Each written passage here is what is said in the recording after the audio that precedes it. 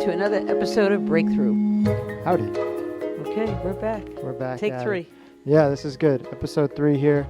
And we are here to talk about Pope Leo's first published document. That's right. This is Exhortation Delexiti, which really is a follow-up to Pope Francis, his last one, Delexit Nos.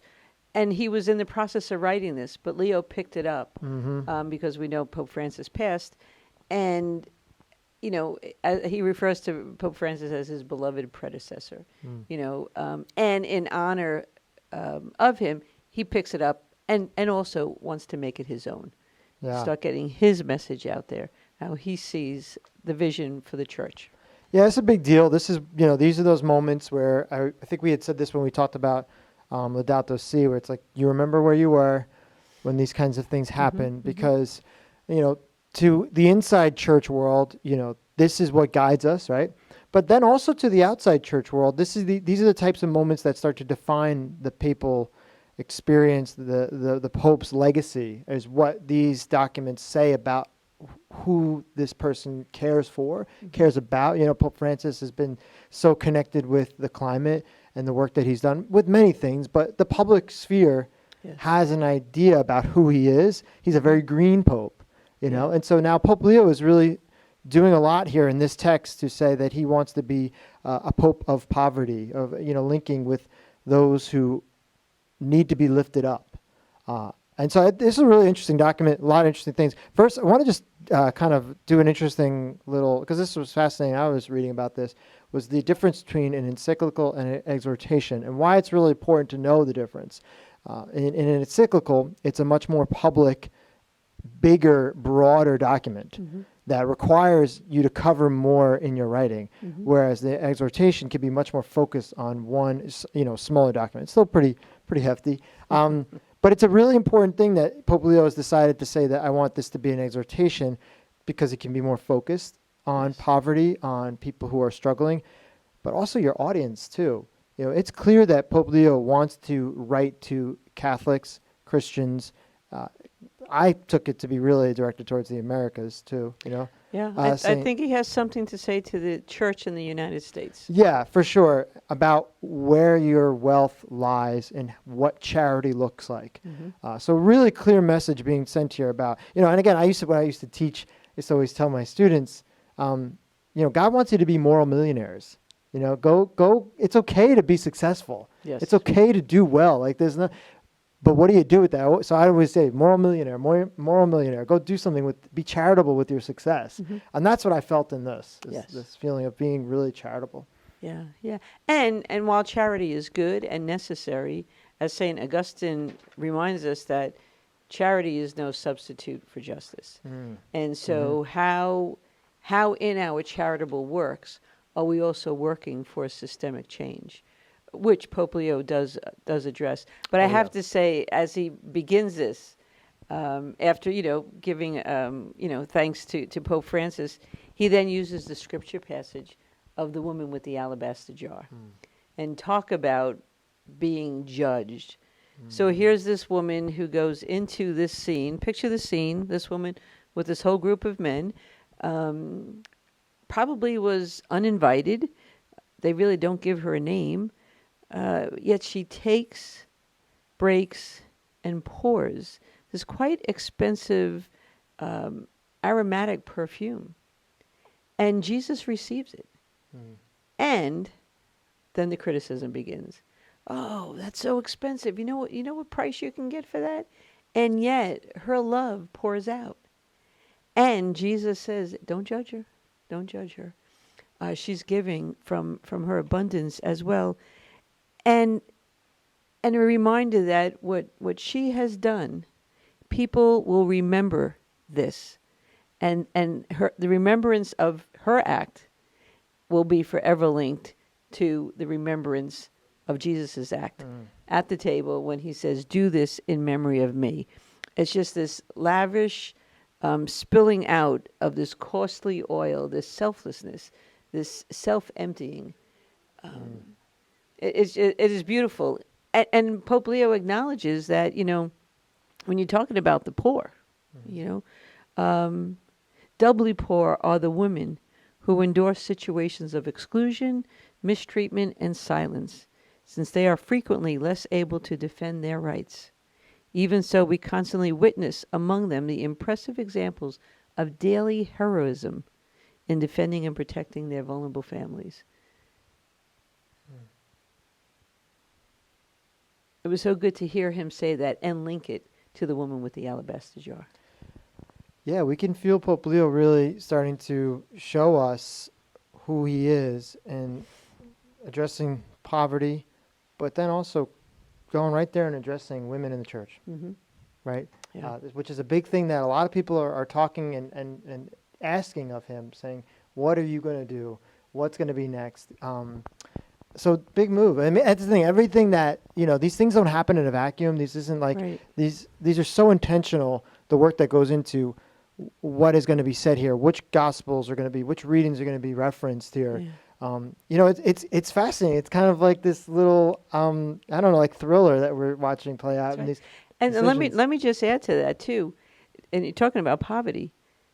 The institutional church will remain poor if women are not fully welcomed, Yeah. right? Because to exclude half the population, there's a poverty there. There's a lack. And so is this another opening?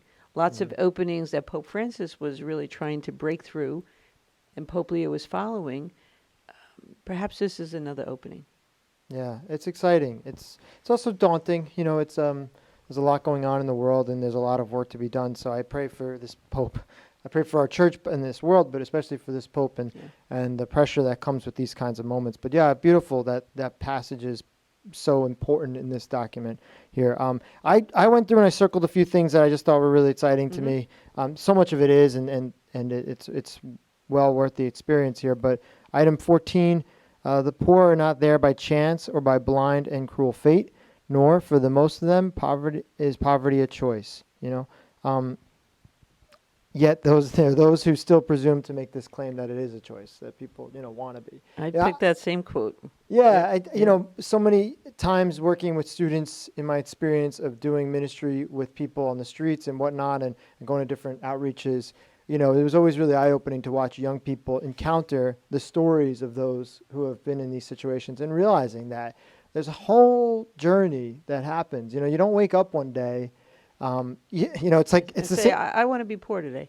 Yeah, you don't know what, and I don't. You don't wake up one day with that idea. You also don't wake up one day successful either. I think we have this thing in our society where you've heard this before of like the overnight success. It's like it's always it's like a 10-year overnight success. Nothing happens that quick, good, bad, or ugly. This reminded me. I got a movie reference for you. Well, let's hear it.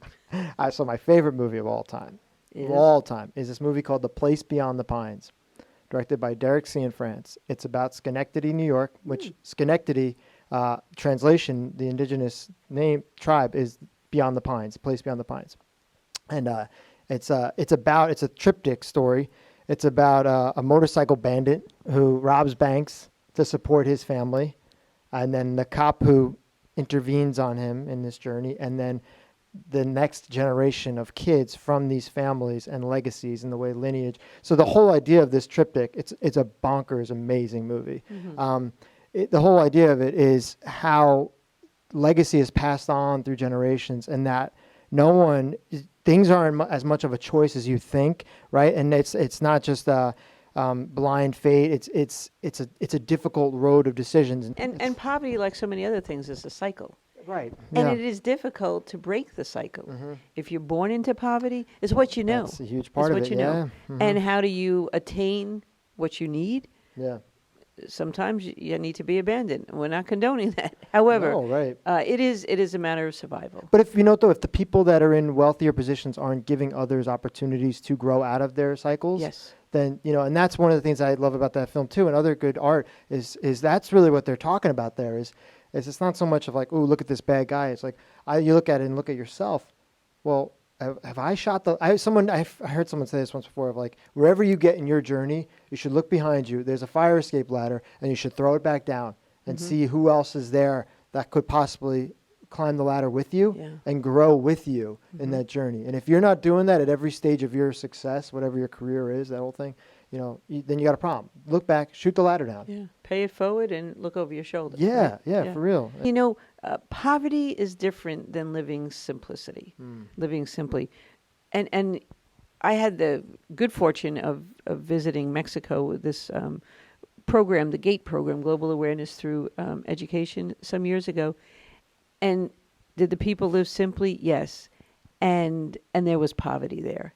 And yet these women would come together and form these co-ops. One was a tortilla press. So now then they had one woman assigned a week. They would make the tortillas. So then the other women can be with their families. One was herbal medicines. It was fabulous. And it just freed the family up, and it formed community. I'll take my turn. I'll watch out for you. You take your turn, and we do this together. And it reminds me of that I love this quote from Dorothy Day, who really was addressing poverty and the systemic causes of that. That we've all known the long loneliness, and we know that the only solution is love, and that love comes through community. So we're back here again talking about community. It's always kindness. Always Kindness is cool. Kindness is punk rock. I think that's going to be our new quote, because we can't do it alone. No one can do it alone. No, and this idea that, that's an interesting thing too. Is like, I always think of, because I guess I'm considered a millennial, and I think maybe I'm a little more than a millennial, but it's okay. But we won't go there. Yeah, there's this feeling that I remember growing up with, just in the culture around of like you got to go conquer and make your thing happen and make your dream happen, and there's very much an individualistic style that I felt starting to become the culture of like the dream, all these different things. And I not that I didn't have, I had community. I definitely have community, so I don't want this to sound like that. But you could sense like our society shifting through my youth towards an individual mindset. Who's looking out for me? Who I'm looking at, this kind of thing. And I think now we're paying the price for that. And a lot of places are hungry for community. Yeah. A lot of young people are hungry for community, and we're starting to see a shift back to the need of that, because the need for individualism was there, but okay, I think that tank is dry now. Yeah, and let's face it, in our own, stages of development, we need to come into our own, the self-identity, self-actualization. And yet, I feel that same kind of hunger, that same kind of awareness, where you have these young folks who are now really turning and looking for community, and looking to do good with their talents, to assist, as we would say, our neighbors. Yeah. It's wonderful. It's heartening. It's hopeful. So what else jumped at you here? Did you have let's see here. Oh. I'm at 42 now. Consequently, charity is not optional, but a requirement of true worship. This is where I feel like he starts to kind of, and this is chapter 3, A Church for the Poor, dive into examples of how we have to, act justly. Like you said, like that charity isn't just about donations. It's about really stepping up and making ethical decisions about who you spend your time with, how you give back, where you also putting your voice to something, which I think is a really important thing right now. We have a lot of people who, memorial millionaires who donate a lot of money, different things like that, but donating your presence too.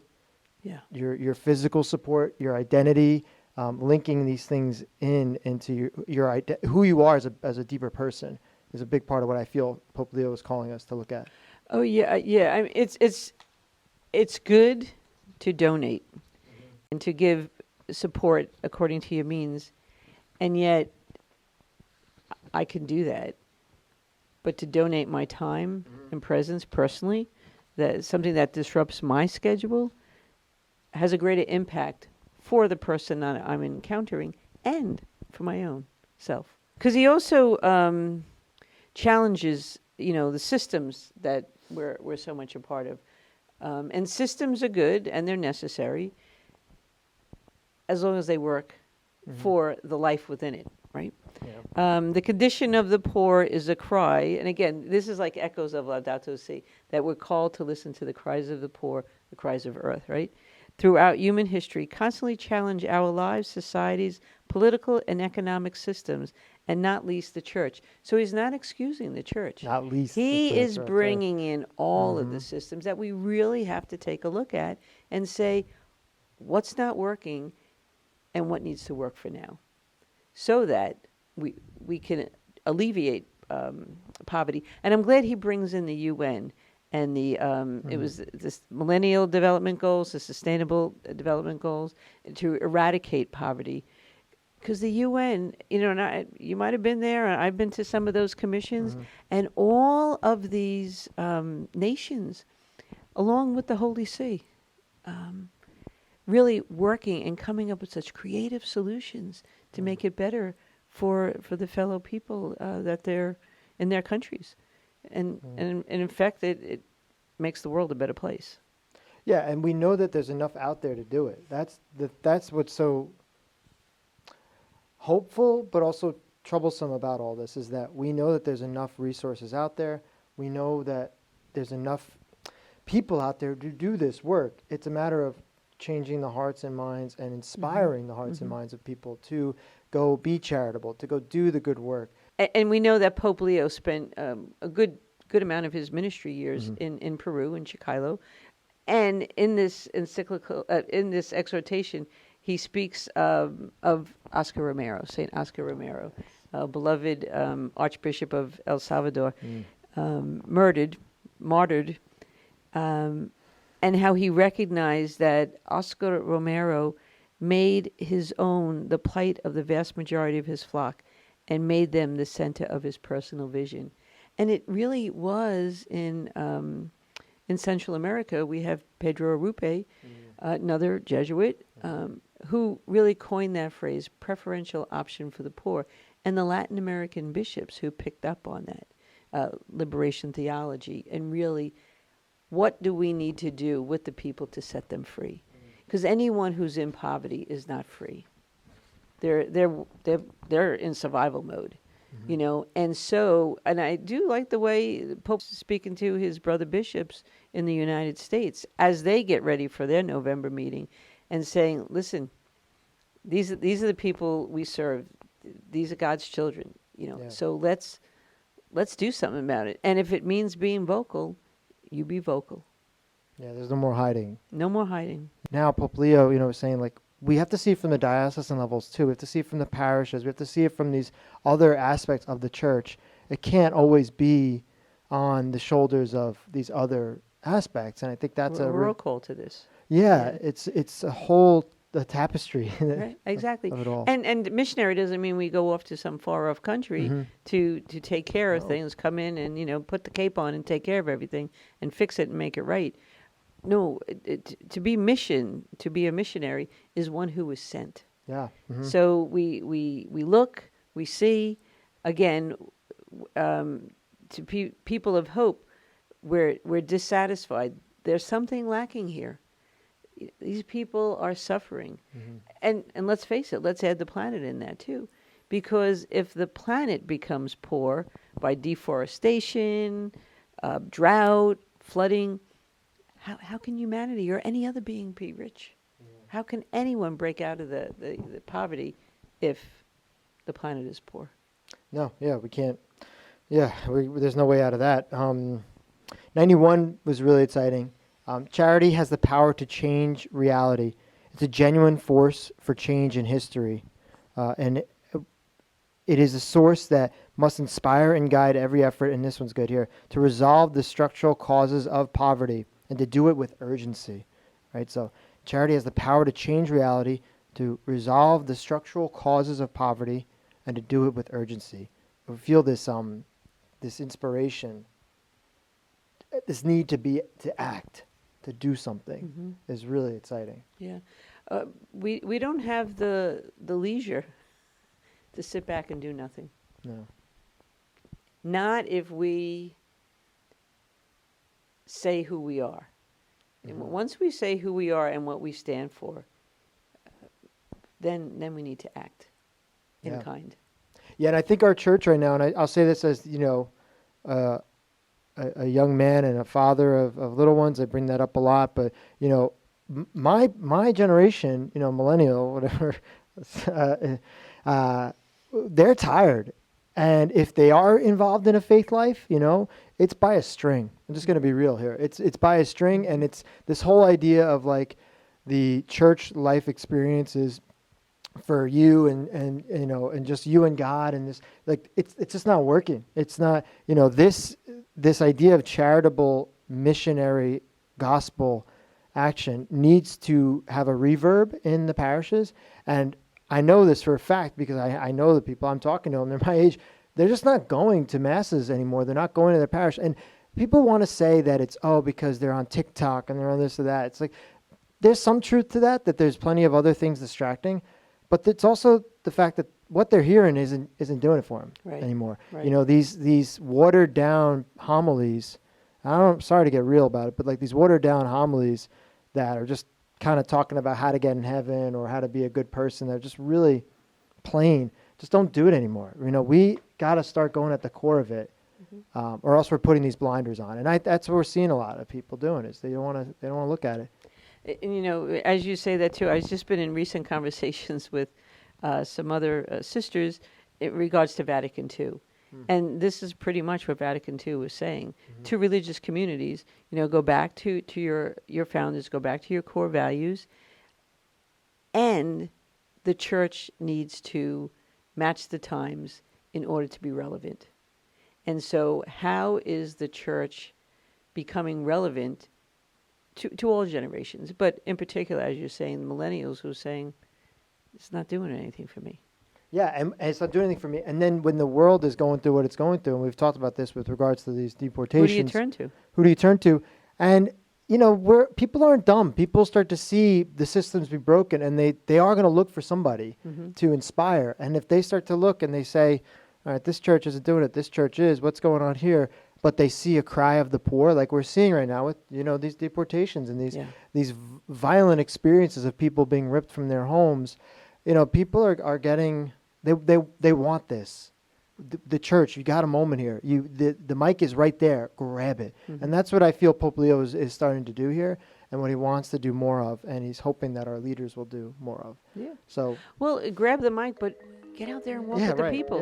Yeah. Walk with the people.